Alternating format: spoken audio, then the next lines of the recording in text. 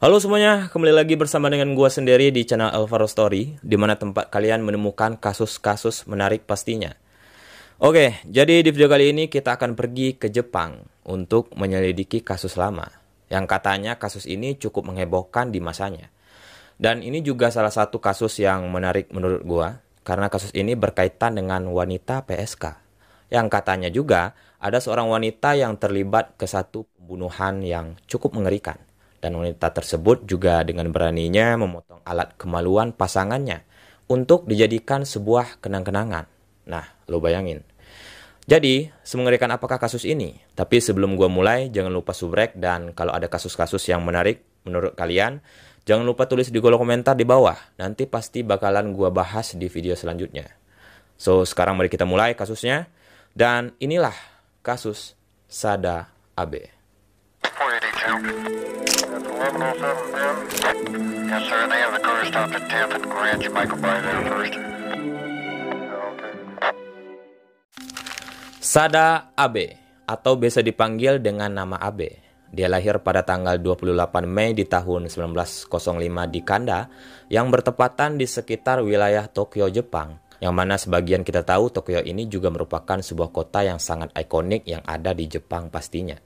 Namun sementara yang lainnya, Abe ini juga terlahir dari keluarga yang bisa dibilang kaya di masa abad ke-20.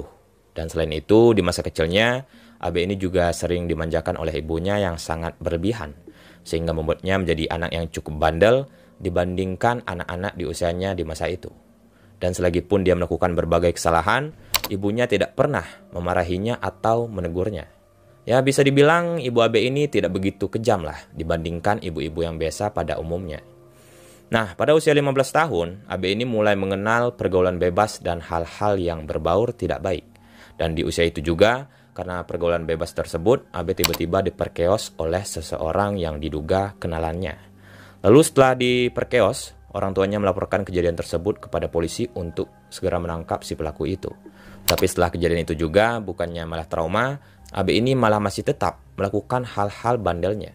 Karena dari kecil Abe ini tidak pernah ditegur sama sekali oleh orang tuanya, maka itulah alasannya dia dengan sangat bebas untuk berbuat apapun di luar rumahnya. Nah, namun ada suatu masalah ketika ayahnya ini mulai agak sedikit risih mengenai kelakuannya yang semakin menjadi-jadi. Dan tentunya Abe di saat itu dimarahi oleh ayahnya. Dan walaupun dia sudah dimarahi oleh ayahnya, Abe ini malah sama sekali tidak peduli dengan perkataan ayahnya. Dan karena bandelnya sudah mendarah daging dari kecil, ayahnya kemudian menghukumnya dan menjualnya ke rumah geisha di Yokohama. Di mana tempat tersebut sama halnya kayak penampungan orang-orang yang tidak memiliki keluarga, atau bisa kita samakan dengan sebuah yayasan yang ada di Indonesia. Nah, tapi yang membuatnya beda, mereka yang tinggal di sana bukan hanya untuk sekedar tinggal atau belajar, tapi setelah dewasa, mereka juga dipekerjakan untuk menjadi pembantu atau pelayan. Karena si Abe tidak bisa berbuat apa-apa di waktu itu, lalu ia akhirnya terpaksa untuk pindah ke rumah geisha tersebut. Kemudian singkat cerita, setelah dia sudah beranjak di usia yang bisa dibilang cukup dewasa, lalu Abe ini mulai dipekerjakan sebagai pembantu di beberapa rumah penginapan. Tapi naasnya, Abe lagi-lagi dilecehkan oleh seseorang yang sudah membayarnya sebagai pembantu. Dan anehnya, si Abe ini tidak merasakan apapun, meski dia sudah dilecehkan pada waktu itu. Malahan dia menganggap kejadian tersebut kayak nggak terjadi apa-apa gitu. Nah, karena pekerjaan seperti itu juga, akhirnya si Abe ini mulai menjadi terbiasa dengan hal-hal yang pasti bersifat seksual. Namun bukan hanya melayani beberapa kliennya, si Abe ini juga sempat tertular penyakit sifilis dari seseorang kliennya juga. Dan mengingat penyakit tersebut sudah mulai menular ke tubuhnya, lalu Abe kemudian memutuskan beristirahat dan berhenti bekerja di rumah geisha tersebut. Lalu setelah menghabiskan cukup banyak waktu untuk beristirahat, tentunya dia juga masih tetap membutuhkan uang untuk mencukupi kebutuhan hari-harinya. Dan sebagai hasilnya, dia kemudian mulai beralih ke prostitusi dan mulai bekerja di rumah bordil yang ada di daerah Osaka. Di mana rumah bordil ini sama halnya tempat semua wanita PSK bekerja untuk melayani para pria hidung belang. Dan tentunya Abe juga mau tidak mau dia akhirnya terpaksa bekerja sebagai wanita PSK untuk mendapatkan penghasilan dari sana. Sementara yang lain, mengingat si Abe ini sudah cukup lama berpisah dengan orang tuanya, seketika itu juga dia mendapatkan kabar bahwa kedua orang tuanya itu dikabarkan sudah meninggal dunia. Dan mendengar kabar tersebut, tentunya membuat hidupnya semakin tidak berarti lagi, yang membuatnya tidak memiliki siapapun di kehidupannya. Dan semenjak kematian kedua orang tuanya, Abe juga semakin tak terkendalikan di dunia pekerjaan gelapnya. Di mana pernah ada suatu kejadian di tahun 1934, rumah bordil tempat ia bekerja itu tiba-tiba digerebek oleh polisi. Dan pada waktu itu dia berhasil ditangkap dan tak lama setelah itu ia akhirnya dibebaskan. Dan di saat yang sama, Abe kemudian kembali menemui pemilik rumah bordil tersebut yang merupakan bosnya sendiri. Lalu Abe tinggal bersama dengan bosnya itu untuk mencari sebuah perlindungan agar dia bisa dengan aman saat bekerja melayani kliennya lagi. Nah, selanjutnya pada tahun 1936, Abe kemudian memulai kehidupan barunya dan mencari pekerjaan baru di mana dia ini diterima sebagai karyawan di sebuah restoran makanan. Dan di restoran tersebut dia juga bertemu dan berkenalan dengan seorang pria yang bernama Kichizo Ishida yang juga merupakan pemilik restoran tempat ia bekerja. Meskipun menjadi pemilik restoran tempat Abe bekerja, Ishida itu juga menyerahkan restoran itu kepada istrinya untuk menjalankan bisnis tersebut. Tapi selain itu, Ishida ini juga sebenarnya sedang memiliki masalah keluarga dengan istrinya pada saat itu. Dan Ishida juga merasa sangat bosan karena setiap harinya mendapatkan berbagai masalah dengan istrinya. Lalu Ishida kemudian mulai menggoda beberapa wanita yang berkunjung ke restorannya. Dan tidak butuh waktu lama baginya untuk mendapatkan wanita atau karyawannya termasuk si Abe yang berhasil dia luluhkan itu. Dan karena berhasil dirayu oleh bosnya sendiri, Abe akhirnya menjalani hubungan gelap bersama dengan Ishida tanpa diketahui oleh istrinya. Terus mereka berdua juga sering melakukan hubungan intim pastinya dengan cara diam-diam yang tidak diketahui siapapun pada saat itu.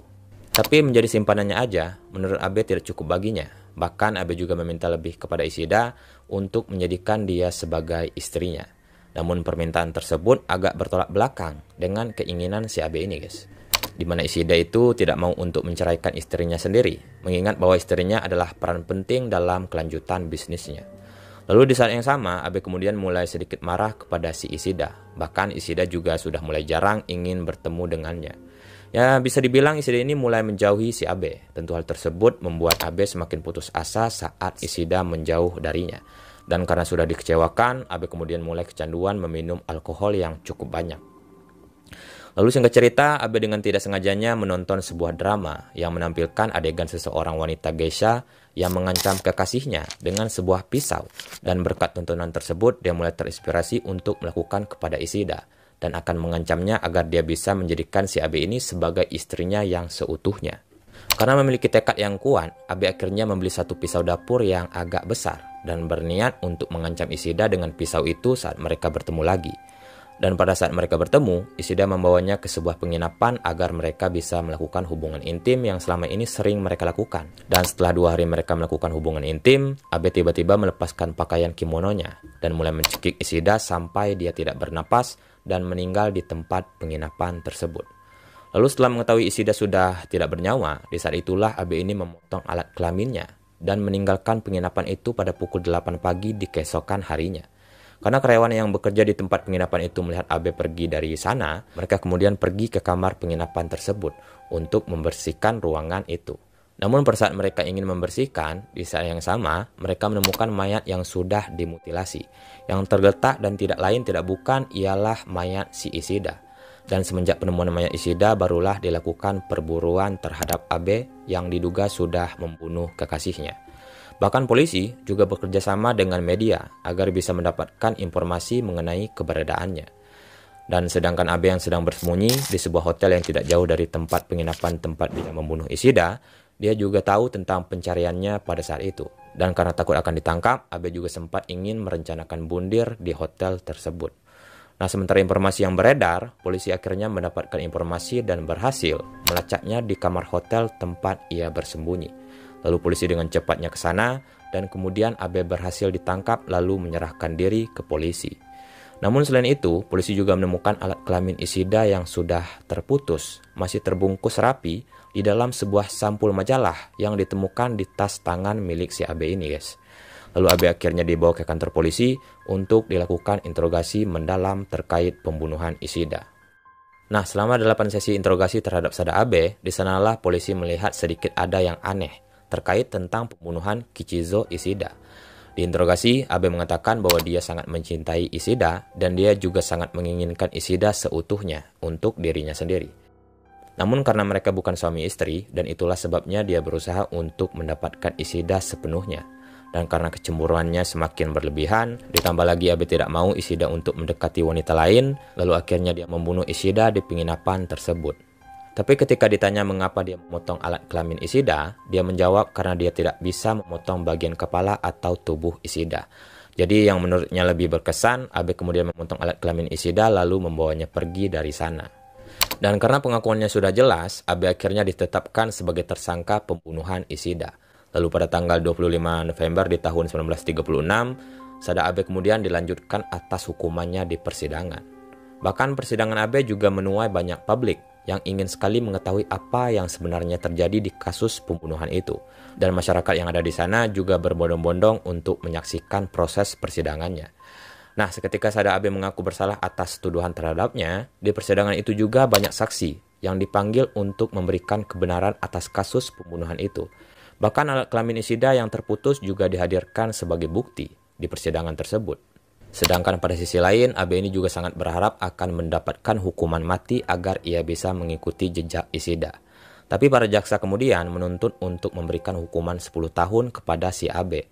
Namun hakim yang memimpin sidang pada saat itu berkata lain. Hakim malah memberikan hukuman 6 tahun penjara yang akan dijalani oleh si Abe ini, guys. Dan tentunya pernyataan tersebut mengejutkan semua orang di ruang persidangan. Yang mana dalam menjatuhkan hukuman, hakim menjelaskan keputusannya yang tertuju sebagai peran yang dimainkan oleh Ishida dalam peristiwa yang menyebabkan kematiannya. Hakim juga membahas kondisi mental Abe saat itu yang diketahui dari pengacaranya bahwa Abe ini sudah gila pada pembunuhan Ishida. Lalu hakim menyimpulkan bahwa hukuman itu akan cukup bagi Abe untuk merehabilitas dirinya sendiri di penjara dan memulai hidup baru setelah dia dibebaskan. Nah, sedangkan istri Ishida yang mendengar pernyataan hukuman tersebut merasa sangat terpukul oleh kematian suaminya, meskipun ia tidak menyadari bahwa suaminya itu selama ini sering menggoda wanita lain. Tetapi selain itu, dia masih tetap berhasil mempertahankan restorannya. Bahkan restoran tersebut juga berkembang pesat berkat publisitas kasus tersebut. Dan penginapan tempat pembunuhan itu terjadi juga menarik banyak pelanggan yang masih penasaran.